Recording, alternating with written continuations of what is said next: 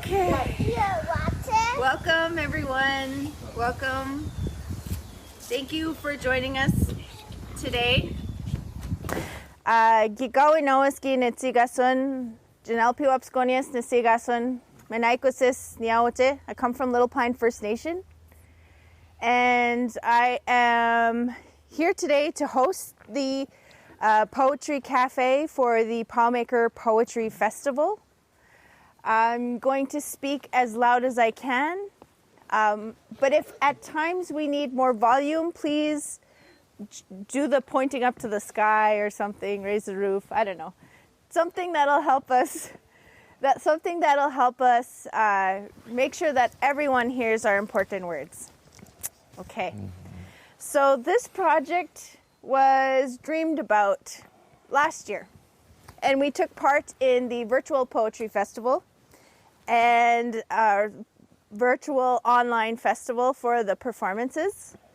And that was really neat because it was the very first time that we ever had a poetry cafe like that in Little Pine, from as far as I know. And this year, we've been luckily invited to host another poetry cafe.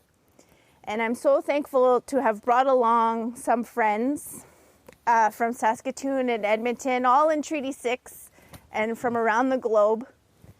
And we're so lucky to have them. Just wave your hands, everyone. We have Joel Reimer, or Joel Dash. And then we have Peace Akintade.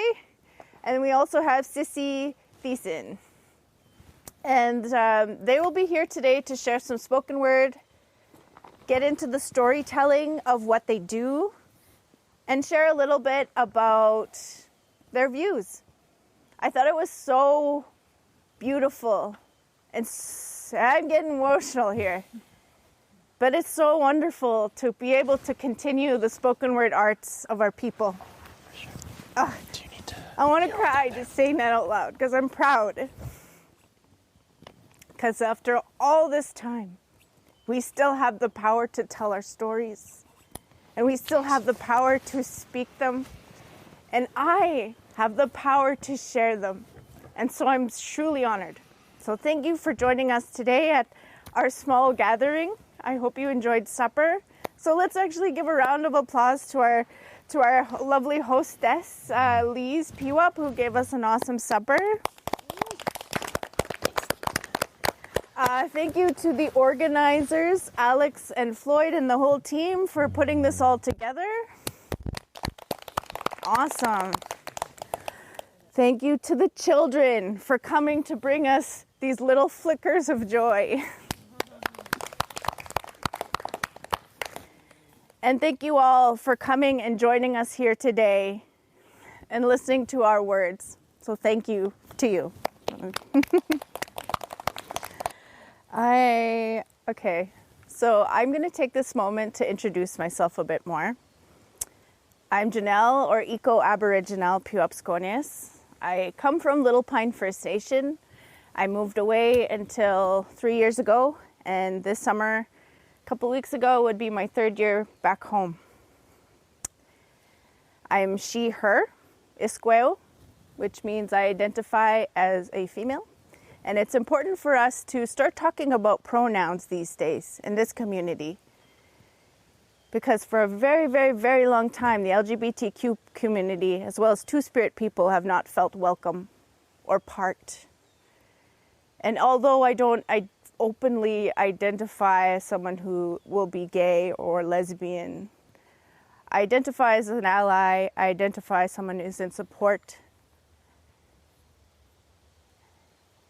And that's what I'm going to share with you today. And it's important for me to bring up those lessons in these times and spaces, because I find that sometimes it gets uncomfortable. But our discomfort is not worth more than human life. So that's why we identify people how they want to be told to be identified. So, an easy transition is to share about workshops. Now, what are workshops? Workshops are where you can come together to learn about something. And so this poetry cafe is a workshop. So tawao. In my language, that means welcome. Means there is more than enough space for you here. Means there is safer spaces in our identities. Means that inclusion is more than one piece for the greater understanding in 3 syllables. Tawao. In this land-based participatory session, dress for the weather. And whether or not you are ready, the workshop is to let yourself play. Bound and walk into this ecosystem. Fall into these crunchy grasses and hit the ground and let yourself get dusty. Learn that these grass prickle and that it's just as belonging to these lands as you are. You're prickly. Learn that the body balances in these airs, that the sun activates all your cells and lets your skin awaken and feel loved. In this workshop, you will get what you give. You pay what you can. You get, well, more than you give, and in the end, you can take it home. Let the sediment become part of you.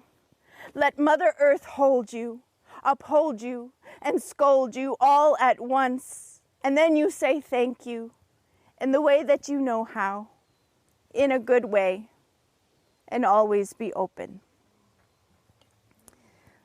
So, part of my journey with my education in renewable resources, as well as the arts, as well as the business, is to learn and share that we need to go beyond just content, that learning about including and learning about emotions and feeling, all of those things are so important to our health and well-being. And I find all of these lessons in nature. I find all of these lessons just looking outside. So I am a student of the land. I will listen with my 2 ears, my 2 eyes, and my open hands. I will reflect this free sky with my body stretching across these grounds. I will become moss amongst these prairie beaches, a tree reaching to our ancestors. I will be a learner of the land, one mouth to only ask these questions, to think and to learn and to feel it all twice, to be open to teaching, to be humble enough to reply and not to respond, to be humble. For we will always be students if we're willing to learn about the land. Thank you. Oh.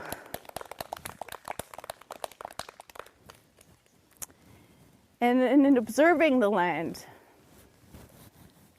I used to write everything down. Just be like, oh yeah, I see that, okay, yeah. Be inspired. But I'm not capturing everything if I'm just viewing and writing. There's only so much that I can translate into the world by that way. So my intention this year and this summer was to listen. And I find myself, with luck, with a lot of art projects where I get to listen.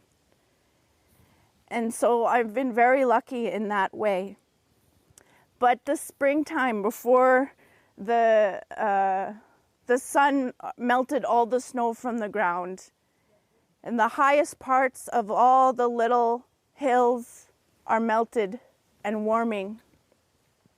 And then I looked at the sun, and if you've ever had a Windows 95, you know the gradients go from blue to purple to orange, right, black to black. And I thought that was so beautiful. But I had to take a capture of that moment because it would help me remember the poetry that just came in that one moment. And I took it. And the photo was in one Instagram post. 1 minute before the sun went down, 1 moment in breath and release. I gave one to thank the sun for the light, for refracting beams and cascading from tree to tree, for these undulating prairie hills and trembling aspen leaves and rays that trail the sky and follow the sun. I gave one to thank the wind for the art of the pillowy cloud, for the texture and the 4D experience, for only a moment your eyes can see and your heart can feel and your body just knows, for your mind to be grateful for all the pastels of yellows, because we can see them, for the oranges and pinks and the purples, just so shy she makes way for all the blues. In one breath, one moment and release. And all of this, one moment before the sun went down. Can you feel it? Thank you. All right. And I want to do one more poem, so I'm not taking all the time. But this one is, I will say, incomplete, because it's always a working poem for me. Because I'm finding ways that I have to conform as an Indigenous person in these prairies. There exists this thing called settler colonialism, where the settlers celebrate their triumph over our people. And they do it by showing it in their memorial sites. They show it in their museums and their art. They show it in all the medias. And they only share how they've beat us, not how they've beaten us. That is settler colonialism. And my friends here, I'm so thankful that they can acknowledge their positions and locations amongst the colonialism that's happening in our timeline, in our spaces. Because that is so important, that we learn that it's not the people we're trying to undo. It's the structures that they benefit from that reduce us to nothing. And I'm so lucky to also be able to work in those spaces, anti-racism spaces, and it's hard. Because as I'm teaching these peoples in dean's positions, in vice president positions at the University of Saskatchewan, they're just learning how they've oppressed us. Everywhere I go, I've had to lose parts of myself just to live and survive, and I'm so tired of giving myself away. I will be unapologetically Indigenous. I don't care if people are offended. That is not my business. I am raising a boy who will hopefully grow up to learn that he can be himself without losing parts of him like we did. Like we do. How many of us speak English in town and not Cree? That shame hurts us here. That shame only benefits white supremacy. So that is why I brought my diverse friends. My diverse friends along. Because their perspective amongst this story is welcome here too. And so this poem is about how I've had to take a piece of me just to fit in this place that's a square. Squares. See, I've contorted my body. I've suppressed my curves into flat edges, crushed my freedom and to find me fitting into these checkerboard patches they call miles, in farmlands, in acreages. I come in shades of brown and green. I come tilled and scraped for sacred parcels forming into their 1 acre just to fit in these prairies they now call home. See, I've watched under clasped hands between my protector and the cursed. See, they've made way for these trains and these telephone lines and blew up our sacred rock formations. These medicine wheels on the bus are now for safari tourists. They backpack just to come see our savage. They meander along these curving rivers, bushwhacking through our thick bushes with their $5 treaty money just to see the back room of my Mother Earth in a buckskin thong. See, I am an Indigenous woman, therefore I have no face and no name. The word slut and shame defacing every one of my daughters, defacing every one of our children. And their sons are the ones who did it. So instead of accountability, they choose to save the white boy, and he made me dance for him. And I contort my body, accepting box tobacco and their reconciliation and liberation to become a pretend Indian or pan-Indianism. See, this opportunity costs me another day of wondering how much trauma comes with their anti-racism education. It's another son and another question. How am I going to be triggered today? My skin is the color of these lands. My eyes are deep brown with black soil specks and sand. See, I am the land. A contorted body, square and cut, tattooed and magnetic from north and south, from east to west, borders and tracks crisscrossing all this place. In the violent twisting of my being made out to now be only as crooked. They say I am crooked bush, but am I now fitting of value, of worth, a parcel for your economic system so basic this province is a rectangle, and no image and no name, wild hair over my faceless face. Am I now worthy? So thank you for your time and attention. That poem is a work in progress because as I go along, I find new ways that they try to pick pieces of me. But I won't let it. And then that I find healing and power.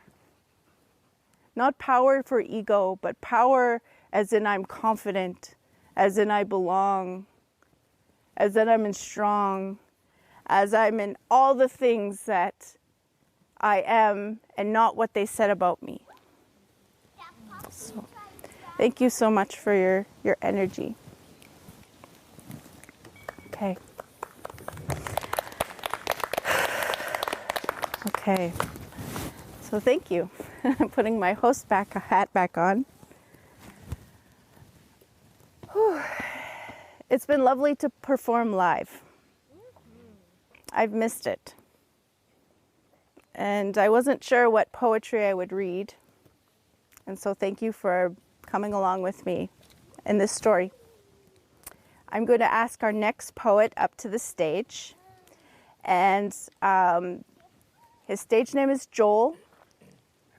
His English name is Reimer, or Joel.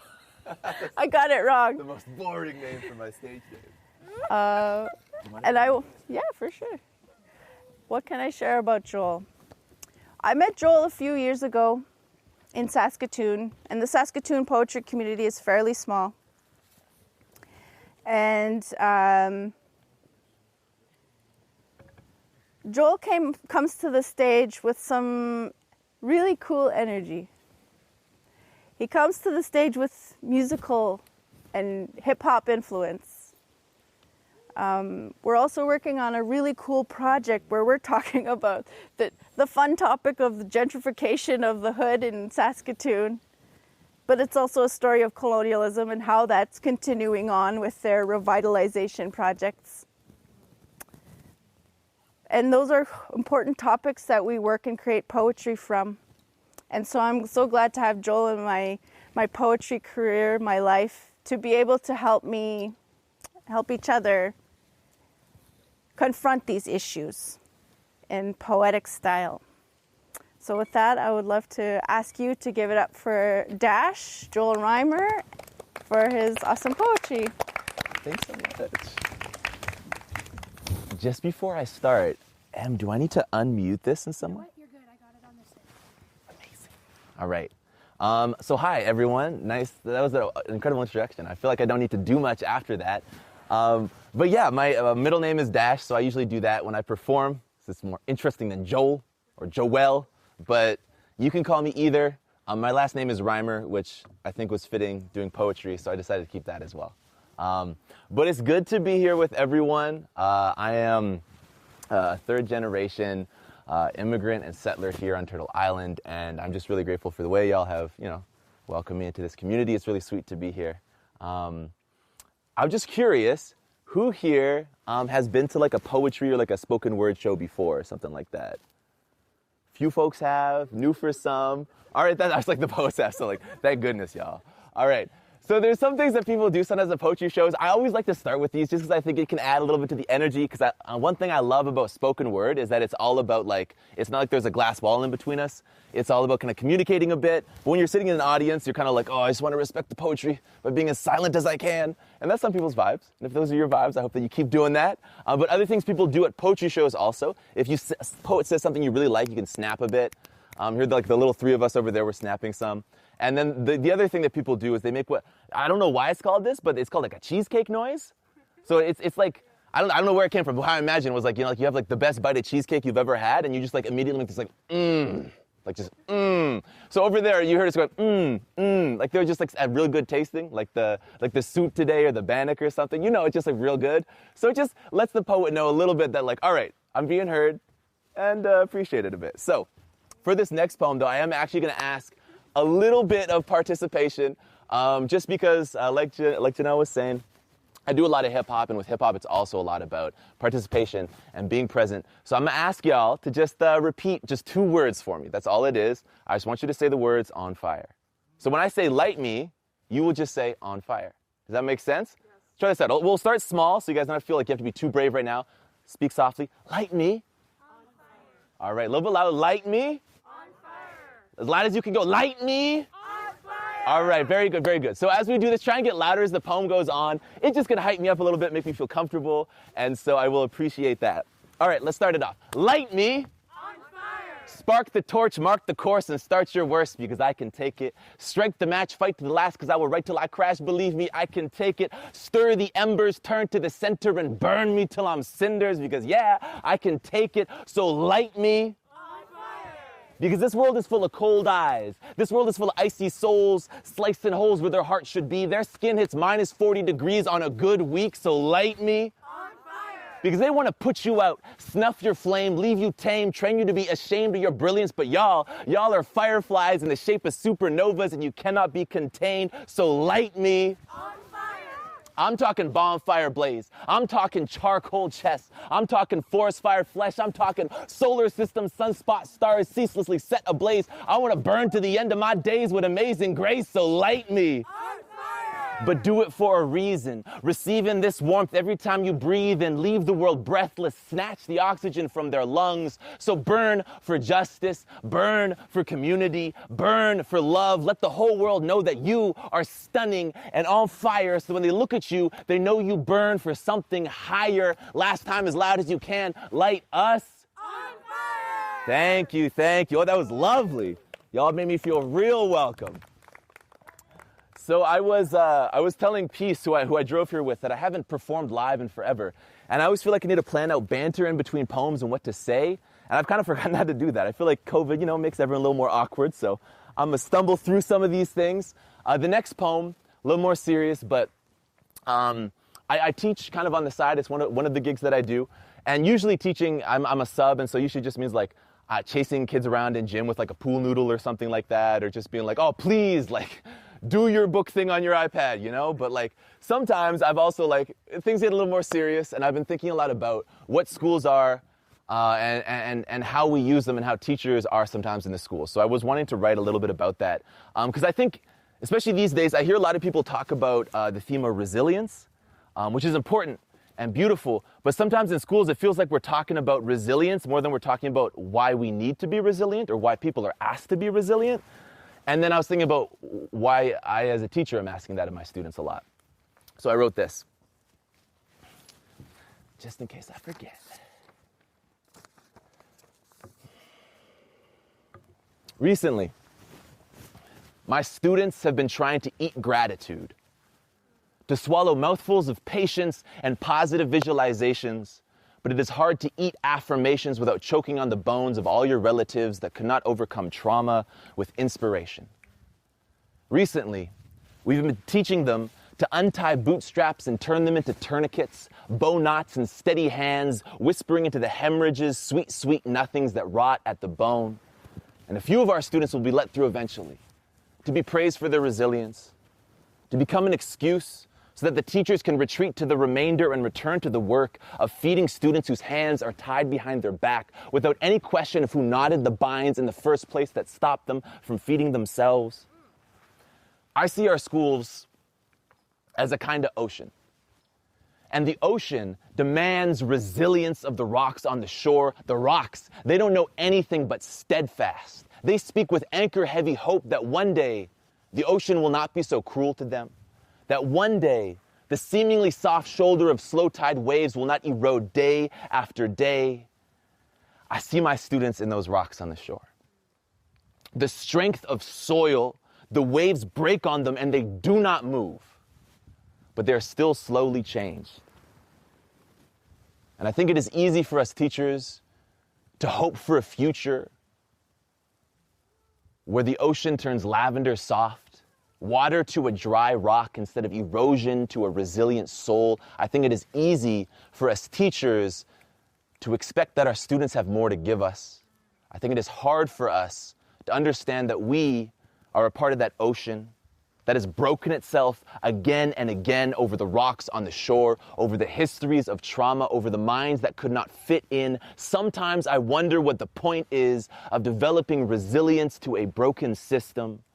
Sometimes I wonder if the ocean is able to let the moon draw itself out into slow tide tenderness and gentle touch, softly misting onto all of the moss and lichen that grow on the shore in its wake. Thank you. That was that piece.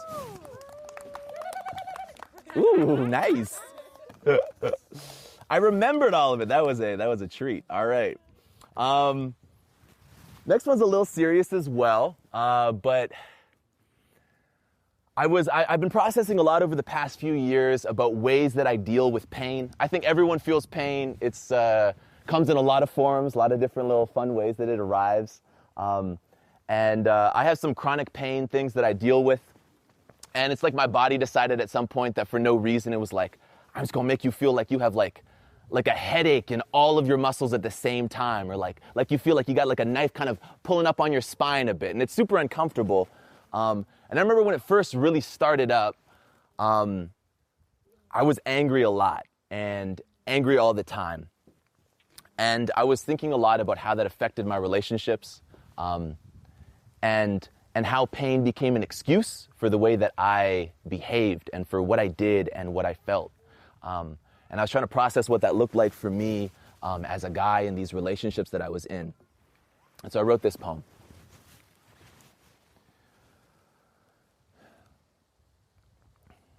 I keep having this dream where I am a jackal at the foot of your bed. I am hungry. I mean angry. I mean afraid that my jagged is peeking through my shoulder blades.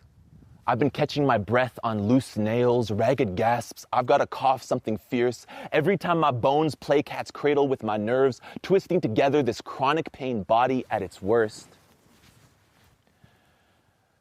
I feel bitter and call it overflow. I write you poems and call it penance. I feel pain and call it exactly what it is. This house at the end of the cul-de-sac rotting is a den for jackals, and I tell you that I'm afraid for you. But the truth is that my fears have always been more about me than you. The truth is that we all want to be the jackal at our lover's door because there's power there. There is power in saying that you were in pain and you don't know how to heal yourself. There is a surprising amount of control that men gain when they lose control, and so I don't. Instead, I take off the jackal's coat, step out the door, and return to dust, remembering that there was a time when the happy poems felt just as important as the sad ones, and that thought makes me smile just enough to show my teeth. Thank you. All right. I am speeding through these, but I only have one left for y'all. And so I wish I had more. I didn't think I'd get through these so quick, but it's been really sweet being here. Y'all have been a treat. Let's see, what do I want to do between this? So like I was saying in the other one, I had deal with chronic pain sometimes. It's a whole thing, comes and goes. But in doing that, I've realized the only thing that really helps it is resting. And many people were talking about this on the way up. I don't really know anyone I think that is good at resting in our world. Anyone my age, around this age, I don't know anyone that's good at resting. And I've realized how much of a skill that is. I grew up being oh man, my grandpa can take mad naps, whatever, grandpa. But now I wish I could do that. I take a nap and I feel guilty. I wake up all feverish and sweaty and I'm oh, why did I do that to myself? And so I've been processing a lot about when COVID hit and all of a sudden I had no work. I couldn't do anything. I was staying inside my house and all I could do was rest. I have never felt more horrible. And I was why? I can sleep as much as I want.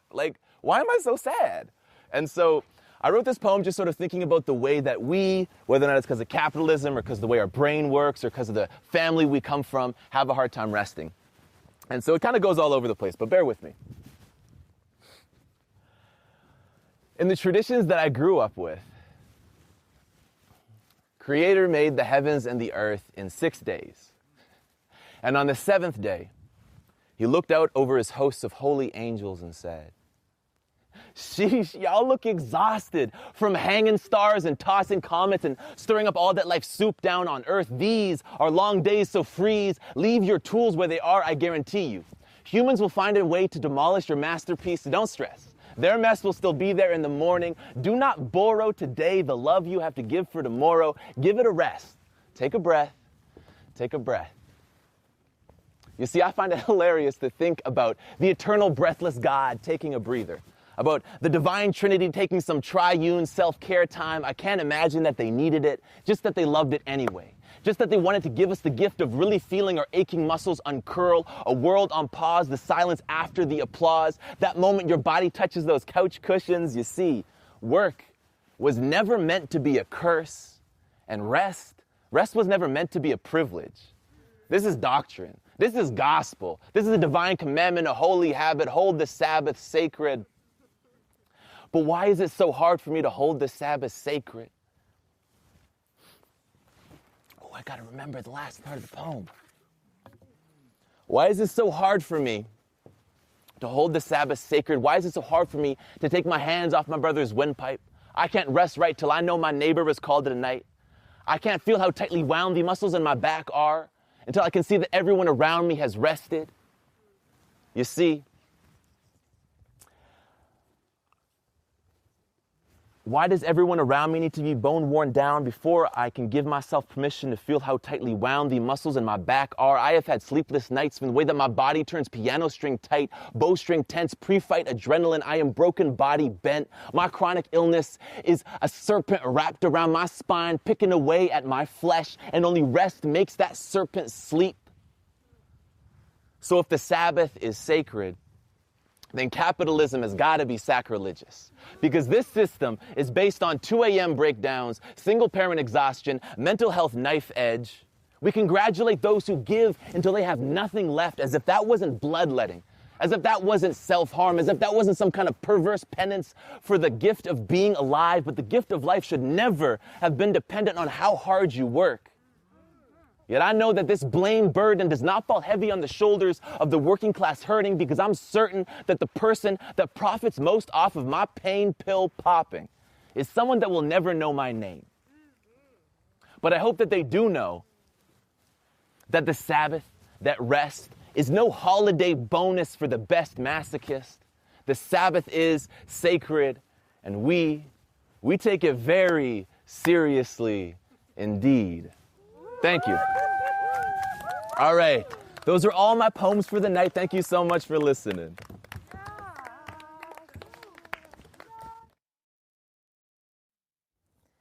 Awesome, everybody. That was Dash or Joel Reimer. Let's give him another round of applause. Great find, huh? Awesome. Well, thank you so much for that awesome show, Joel, and for getting our energy up and for introducing the slam and what we do. I almost forgot about, that's what we used to do in real life, hey? Encourage each other, reflect. Yes. So our next poet for this evening is Peace Akintade. Peace is, I'm not sure if it's current or recently former poets. Yes, this is in her last month of her reign as the Saskatchewan Youth Poet Laureate. So we're in for a really great treat. I met Peace when we were at a slam and I was just doing a reading, and all of a sudden there's this like really awesome poet that came. Then I found out she was like 15. And I was like, oh my gosh. And that's so impressive to me that young people can command a room, that they have confidence. Like I was a teenage scaredy cat, but to have confidence and to speak truth and to be able to tell stories in the way they do. So, without further ado, let's give a round of applause to our third poet of the evening, Peace Akintade.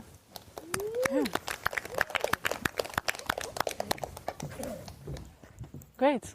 Am I good? Yay. So hello everybody. My name is Peace Akintade. I am a poet here in Saskatoon and an immigrant from Nigeria.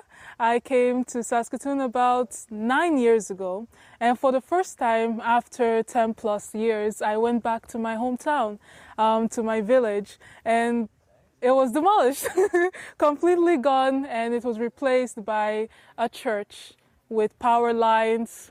These sand hills are made into pavements and roads. So in order to try to develop exactly what my thoughts are, I did the only thing I could. I wrote a poem about it. So excuse me while I talk about colonialism, about religion, about what it means to be an immigrant coming to the city from a rural village.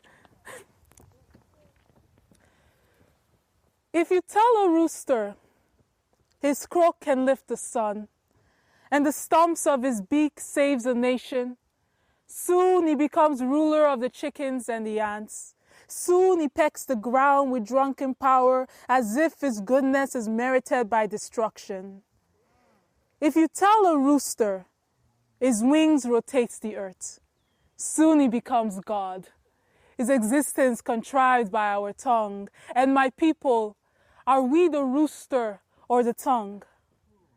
The poet sits by the hangman tree, trying to describe the scene around her. How do you describe death and nature grieving for her angels, skin black and swollen, slumped over the worship altar, skin black and swollen, burned by privileged hands, skin black and beautiful, mistaken for suicide? The poet balances her notebook between full bellies and gasping cries.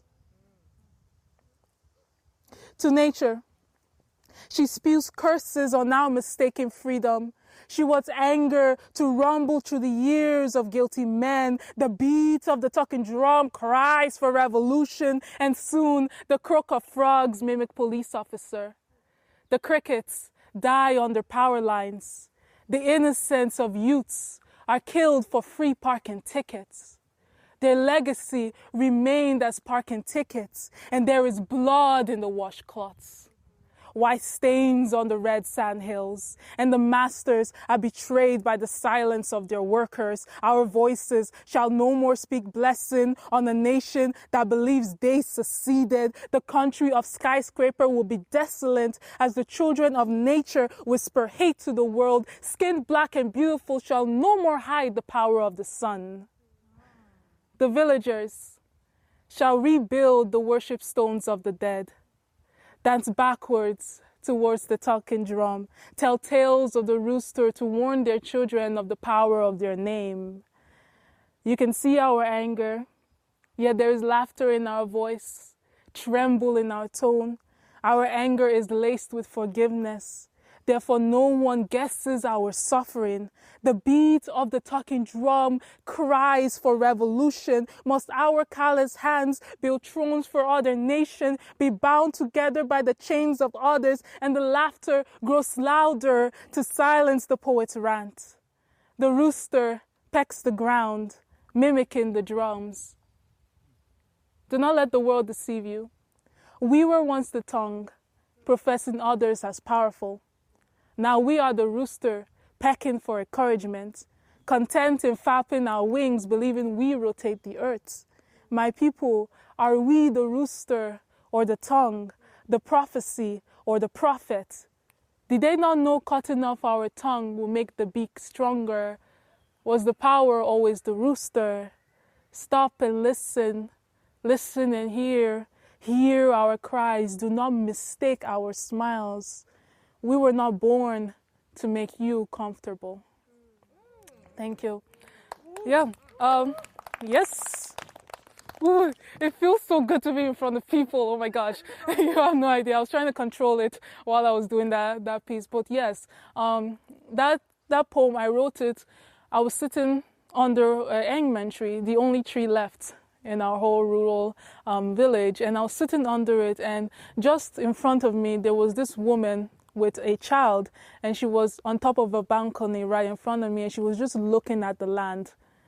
She was just looking at the land, and I was looking at her look at the land, and it became that like, where are we?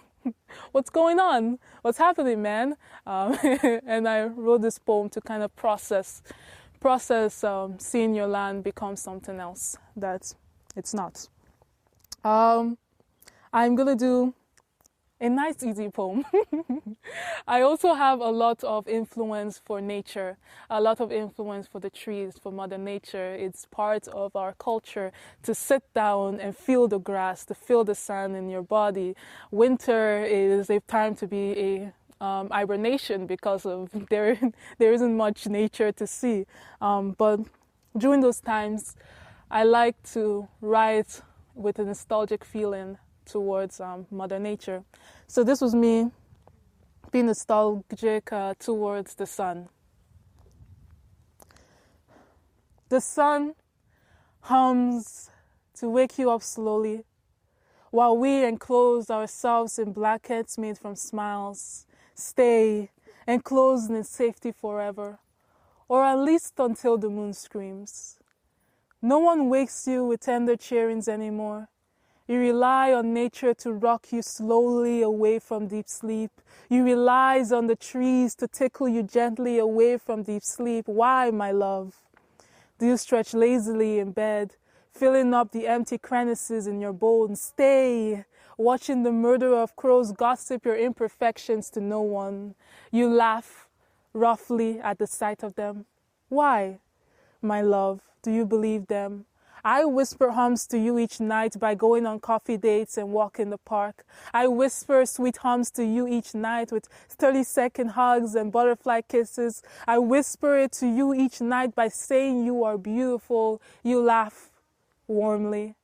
For you know murder of crows can never lie. Humans can always lie, you say. You can always lie, you say. When there's no one to wake you with tender embrace, think of nature and its unrelenting hostility. Let earth slowly wake you, and maybe one day those bad thoughts can go by from here, our bed. You are beautiful, I say. I lie. You believe them, I say. You lie. You belong in hugs, I say. Those thoughts can harm you, I plead. You jest, he says. And as we watch the murder of crows gossip with the trees, we laugh roughly, waking up on our own for the first time in years. The sun sings how proud she is. I love you, I'd say. I lie. Thank you. Yeah. I usually like doing that one because it's such a nice, a nice breathing from it. So take a deep breath out, and then when you bring it back in, I will do more poems about existential crisis. This one is about my experience with religion and how I've had to deal with that. Learning about the history of colonialism and missionaries coming and branding your religion as dark magic or voodoo magic. So where does that come across when you grew up with that sentiment, and now in history classes you're learning about that right in front of you? So I wrote this to, again, try to process it, because that's what poetry is. It's processing all of it. If I ever fall on my knees to worship my prisoner, rename me as holy. Holy is the name of my villain, who is more trigger words and self-denial, who is more Christian music played on a loop to drown out my siblings' cry. I pray like washing my hands in a well of sin. I pray like destroying past lovers and misguided friendship. Teach me, trauma, how you grip me so willingly.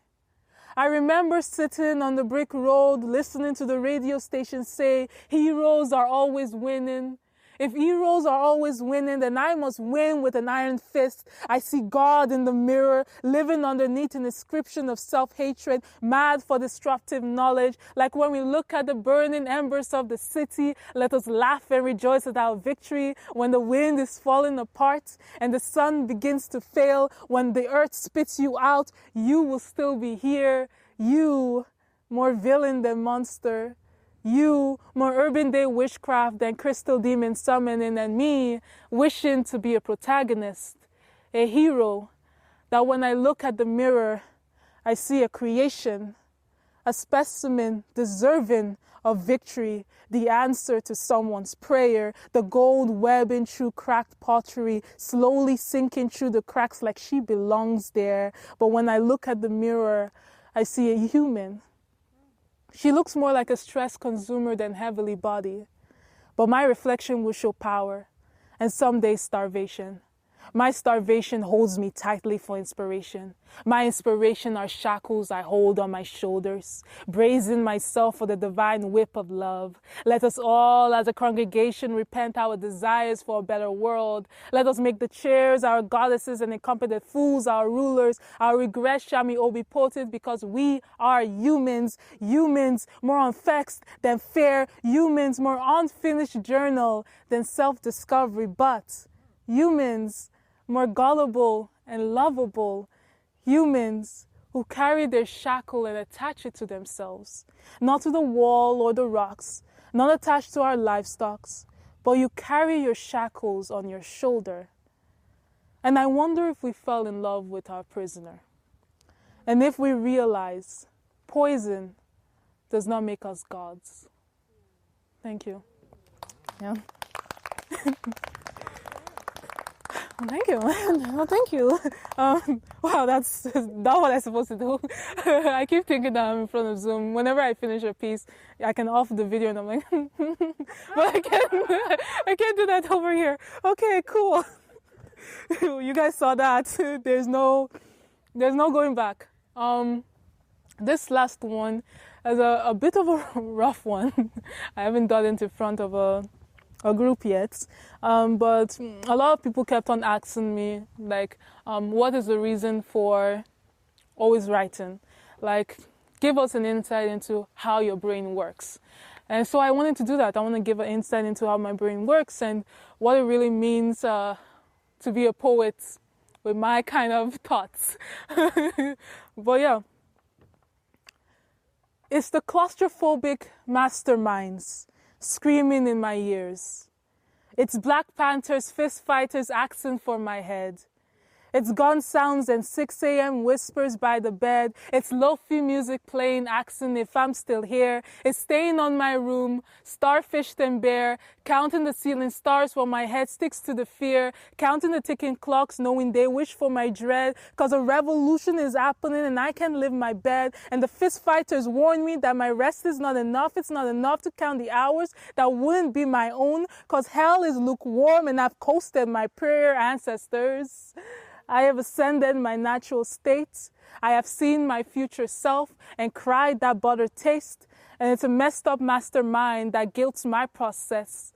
It's a buffer solution to all the injustice. It's carrying the world as if others will notice, as if we weren't all dealing with that restless symptom, silly us in our cushion conclusions. A chicken with no head will leave bloody solutions. So for now, I'm gonna lie in bed, drink my tea, wait to strike. It's the claustrophobic mastermind screaming in my ears. It's restless time lords asking for a share of our sheltered heart crafted by death. It's art designed to look like brave hands on a dare. It's never learning boundaries and the fear of rejection. It's tokenism mixed with imposter syndrome, cause the claustrophobic pressure makes my past becomes diamonds and the arms of companion seems easier to bear. The bed tastes sweeter after a release of passion, and my sleep comes faster when my head is empty, and my head is clearer from a moment I'm content. So by hustling and bustling in my little tiny mind, I'm turning the world around and around and around. So for now, I'll lie on my bed, waiting for my turn to strike. It just so happens my mind pings, I'm always striking. Thank you. Yeah. Thank you so much for listening and for being here. Awesome. Awesome. Thank you for that piece. That was really great. It was like I have lots of new pieces that I haven't heard before, which is really such a nice treat. And it's also nice to see your victory dances in between. I too have them when I read a poem and it's just fire, straight fire. So last poet of the evening, but not the least, is Sissy Thiessen-Kootenayoo. And she's an Alberta Treaty 6 Indigenous person living in Edmonton. And I met Sissy in 2013 or something like that in Charlottetown, PEI of all places. And we were there for some sort of youth leadership type event. And we clicked. And it was really nice. And we've been in touch ever since. And somehow we both are poets. And it's been really great to get to know Sissy and hear her stories. So without further ado, I'd love to give a warm welcome to Sissy. Yay. Oh, should have done that. It's like, that's far. I'm going to skirt. So I am Stoney Nakota, a bit of Cree and German, but I know more Cree than I know Stoney. So, Tanse o Tinsqueo Netsigasun, Sissy Thiessen-Kootenayoo Netsigasun. And I forgot how to say where I'm from, but Janelle already covered it. I'm really trying to settle into this place now. I'm so honored to be here, and I'm like everybody else, floored to be somewhere in person. And I know I touched my chest, I'm not supposed to do that. I'm floored to be in front of people, in person, in front of a lake in Saskatchewan. So my mind knows it's happening, but everything else is what is going on? But yes, Ishnish, thank you so much again to my good friend Janelle. It was a strange meeting where we were at this conference and we decided to go have oysters because everyone's go eat oysters, they're so good. And it was slurping snot. It was disgusting. It was awful. But yeah, we've stayed in touch and I'm truly, truly honored to been asked to take space on the stage. So what I'm actually going to do for you first is I wrote something sitting in the car when we got here. And it's never been done. It's brand new. And I don't know what it is. I don't even know if it qualifies as spoken word. It's experimental. And it came to me because I saw these two chairs. And as somebody who has 2 feet in both worlds in many senses of my identity, I saw an opportunity to do some exploration. So come on this weird ride with me. It might get a little bit uncomfortable, but don't worry. I won't leave you there. Just know that. I won't do that. And also, I write and create from a place of pain usually. I think a lot of us do. Pain and questioning and going through something. And so I don't have anything light and fluffy usually ever. So just be warned. It's how I process. It's catharsis for me. So yeah, just a heads up. I'm not your fluffy. I could write a whole piece. I'm not your happy Indian. That's not me.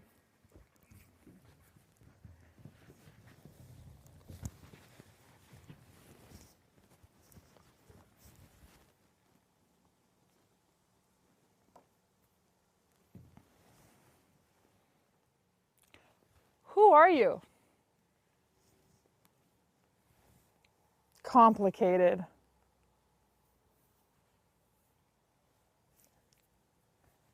Half-breed. Pale. Can't really tell. Snowflake. Call it what it is. Lazy. Fat. Gigantic. Needy. Attention seeker, maybe? Unqualified.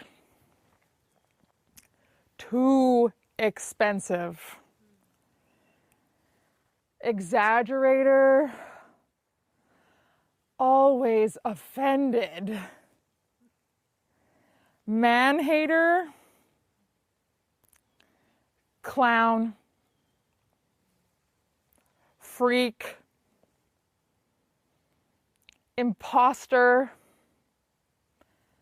Thief.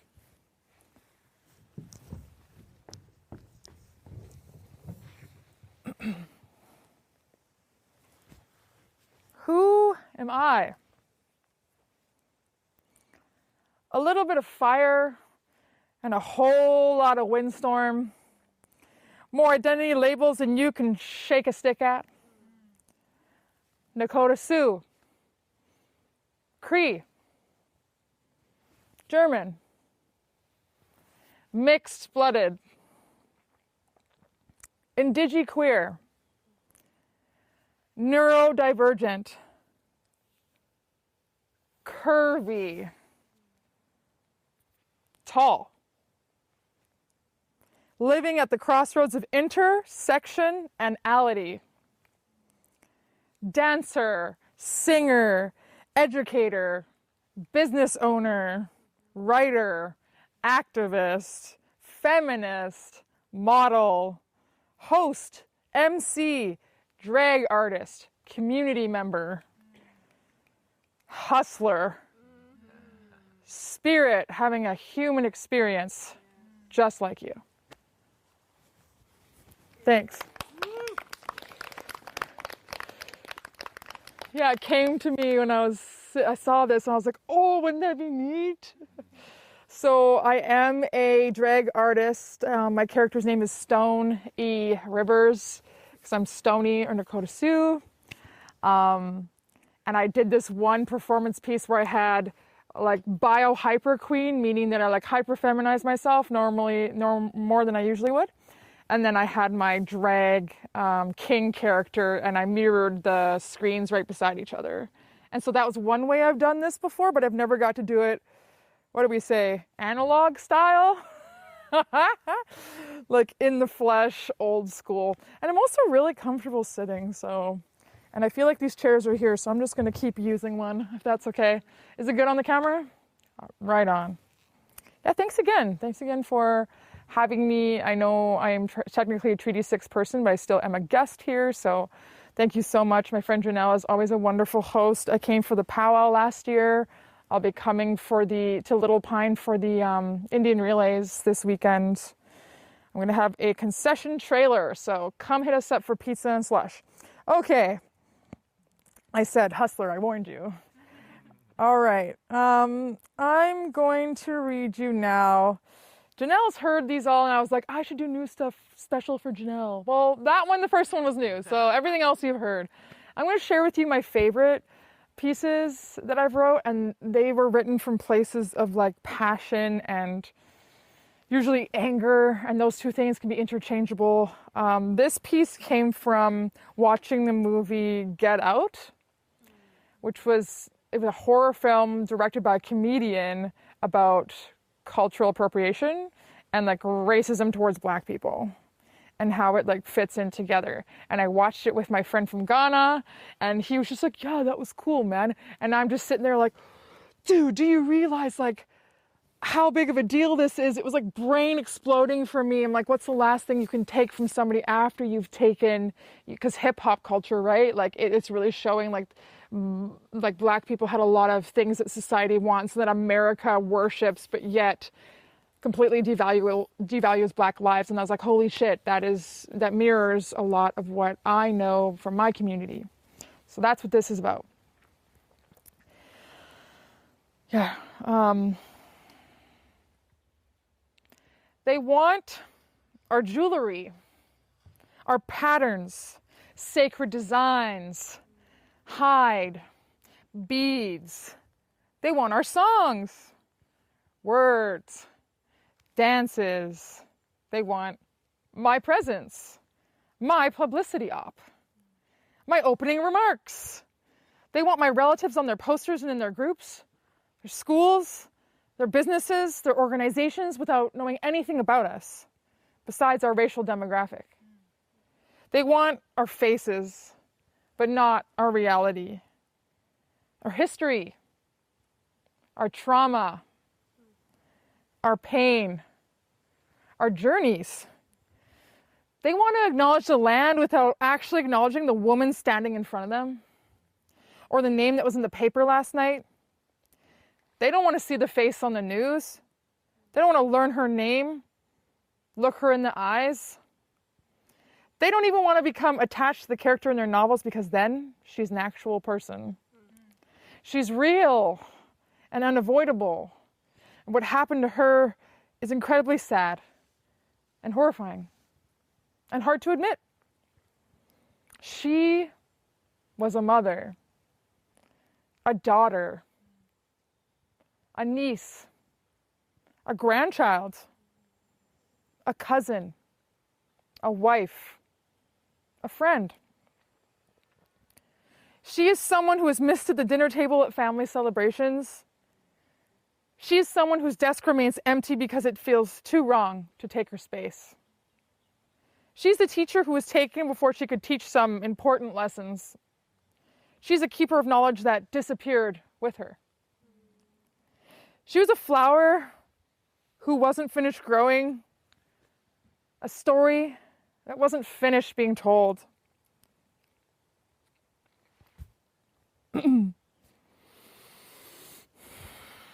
She was real, but she is unseen. Because what happened to her isn't pretty, shiny, and colorful. It isn't decorative and approachable, digestible. But let me ask you, what if people cared about Indigenous people as much as they care about Indigenous culture? Thank you. Yeah, just like everybody else, I'm like, people in person? What's going on? Bugs? Feelings? Cold? Doing my best. I'm gonna share one more. And I'm going to let this be a little interactive. So there's one or two. So put your hands up if you want one. Nobody wants one. We're doing two. Okay. Great. This is one of my favorites. It's an old one. I wrote it in probably 2010-ish. And I wrote it, I was going through a time in my 20s where I was exploring, looking for the kids, okay, where I was exploring sexuality and going through this phase that I hadn't gone through before. And I was getting really hurt because people can use others for just those specific gains, forgetting that they're a spirit and a person and a human, right? And I'm just way too sensitive to be doing what I was doing, which was trying to have physical interactions, thinking that I could do that unattached, and I can't. And I kind of learned the hard way. And this piece is about kind of coming into my own power, realizing that, and that learning that there is a lot of power in saying no and taking time to not participate in that. I don't want to be your soggy, drunken afterthought, that last option when the lights come on, or even that empty right swipe during your marathon of mistakes. The desire you portray is deeply authentic, but only comes out through a bottle of desperation. The same kind of desire you beat your best friend up for using on someone you care about. Those legs you want to get between, but only in the dark when no one is looking. Your dirty little secret. I want to be the freshly squeezed orange juice you sip in the morning after a long, dry night with a damn that's good. I want to be the sunlight that spills through your blinds you greet with a smile every day.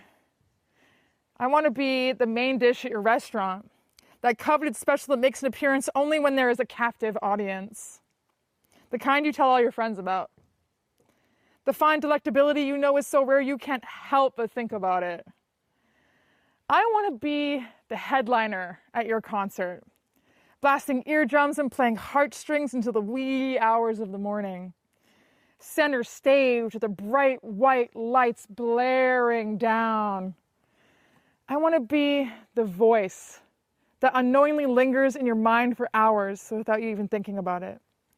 The type that leaves ripples in the lake of your thoughts, even when you're miles away from anything.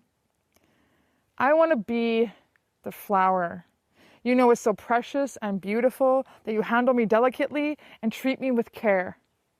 The kind you say such sweet things to that my petals grow bursting into colors you've only seen at art shows.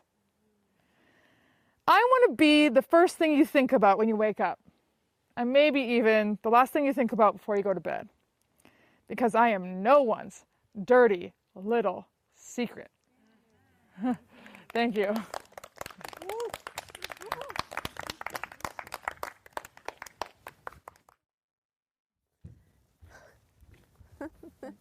Right, there's a small gaggle of mosquitoes here. Thank you everybody for joining us this evening. That's all of our performers for the night.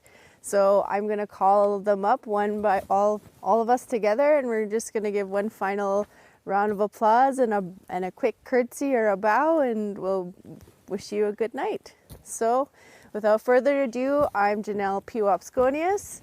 This is Peace Akintade. This is Dash, Joel Reimer. And this is Sissy Thiessen-Kootenayoo. All right, let's bow. 1, 2, 3. Yes. Thank you for coming. Have a good evening and safe drives home.